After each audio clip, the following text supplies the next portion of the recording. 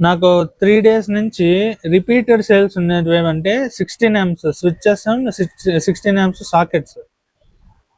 ఎందుకంటే నేను చూసాను ఈ పక్క బిల్డింగ్స్ అందరూ ఫేస్ చేసిన ప్రాబ్లం ఏమంటే మెల్ట్ అయిపోతున్నాయి 16 amp సాకెట్ కానీ 16 amp స్విచ్చెస్ కానీ.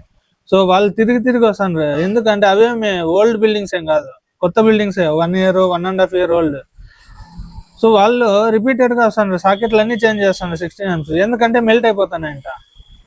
కారణం ఏమి, అప్పుడు తెచ్చుకుంటారు బెంగళూరు పోయో చెన్నైకి పోయో హైదరాబాద్ పోయి తక్కువ వస్తున్నాయని తెచ్చుకుంటారు.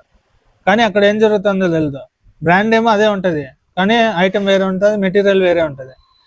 సో బ్రాండ్ పిచ్చిలో పడి ఏది ఇచ్చినా కొనేస్తారు, తక్కువ వచ్చింది మాకు మంచి బ్రాండ్ అనేసి, క్వాలిటీ ఎవరు చూడరు. సో ఇప్పుడు మళ్ళీ ప్రాబ్లమ్స్ వస్తాయి. సో అప్పుడు ఒక 10,000 ఎక్కువ అవుతుంది, పెట్టేస్తే మంచిది తీసుకుంటే ఇప్పుడు మళ్ళీ ఎలక్ట్రీషియన్ లేబరు, సో వాళ్ళకి మళ్ళీ ఖర్చు అదంతా రాదు కదా. అది వచ్చినా కూడా ఇన్ కేస్ అవన్నీ తీసేయండి, ఖర్చు మనీ అదంతా తీసేయండి.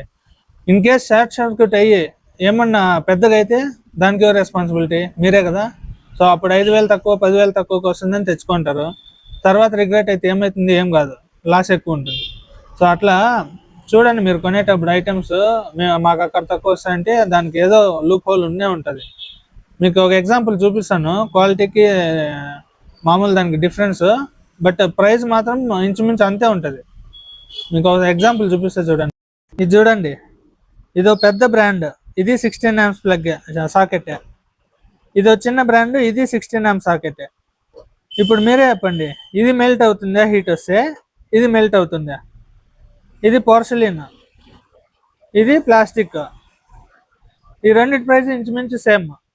ఒక దీంట్లో అయితే ఇదే తక్కువ వస్తుంది ఇంకా కొంచెం. సో మీరు బ్రాండే చూస్తారు కానీ మెటీరియల్ ఎవరు చూడరు. సో ఇది చూడండి, ఆల్మోస్ట్ ప్రైస్ సేమే. ఇది ఈజీగా మెల్ట్ అయిపోతుంది, బట్ ఇది మెల్ట్ అవుతుందా? అవ్వదు.